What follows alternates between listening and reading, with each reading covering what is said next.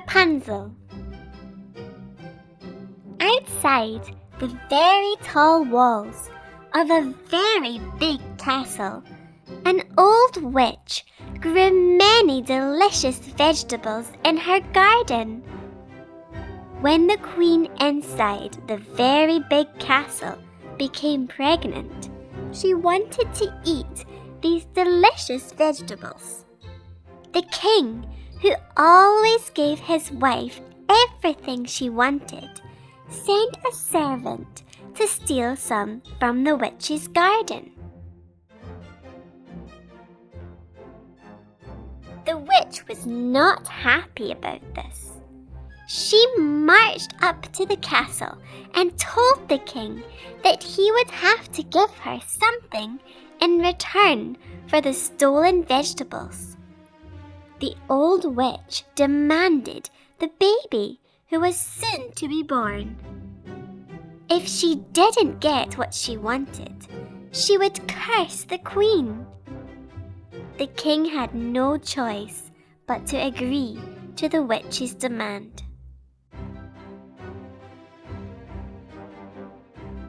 The queen gave birth to a princess and named her Rapunzel. On the day of the birth, the witch appeared and claimed her prize. She snatched the baby princess and ran off into the woods. Rapunzel grew up locked in a very tall tower in the middle of a very deep forest. Rapunzel felt very alone and very bored, so she spent her time singing from the window of the tower. Over time, Rapunzel's hair grew very long. Since the tower had no door or stairs, when the witch came to visit, she would call out, "Rapunzel, Rapunzel, let down your hair." Rapunzel's long golden hair would come tumbling down from the tower window, and the witch would climb into the tower. One day, a knight was riding his horse through the very deep forest.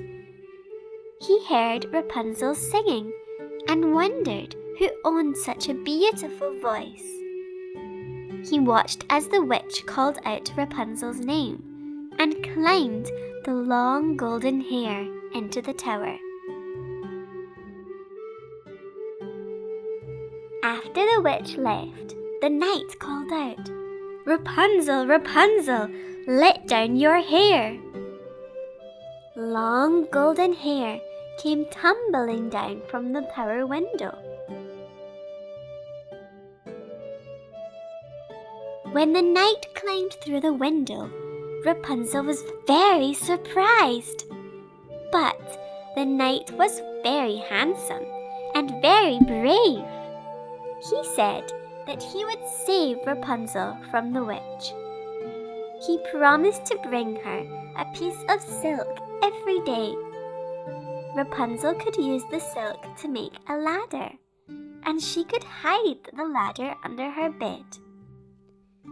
When it was finished, she could use it to climb down from the tower.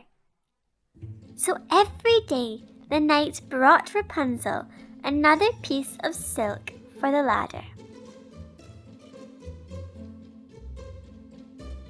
Rapunzel and the knight's secret was safe for a long time. The ladder was almost complete. But one day, the witch found the ladder under her bed. The witch used a big pair of scissors and, snip, she cut off Rapunzel's hair. Then she made her climb down from the tower on the almost complete ladder. She sent Rapunzel off into the forest alone. Then the witch waited for the night to come.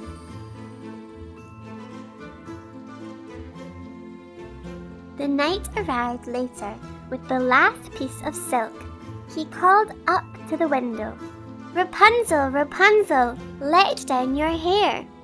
Long golden hair came tumbling down from the window.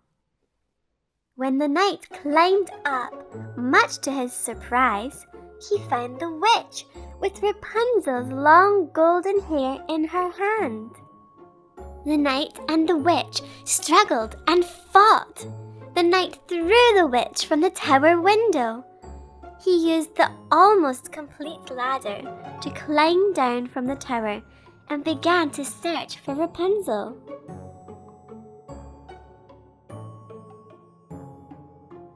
Rapunzel wandered through a very deep forest. She was very sad, and she continued to sing.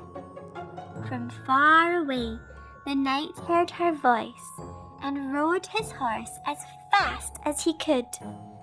He found her in the forest and swept her onto his horse.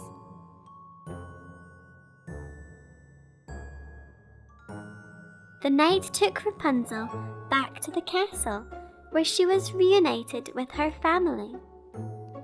Rapunzel took her rightful place as the princess of the kingdom, and they all lived happily ever after.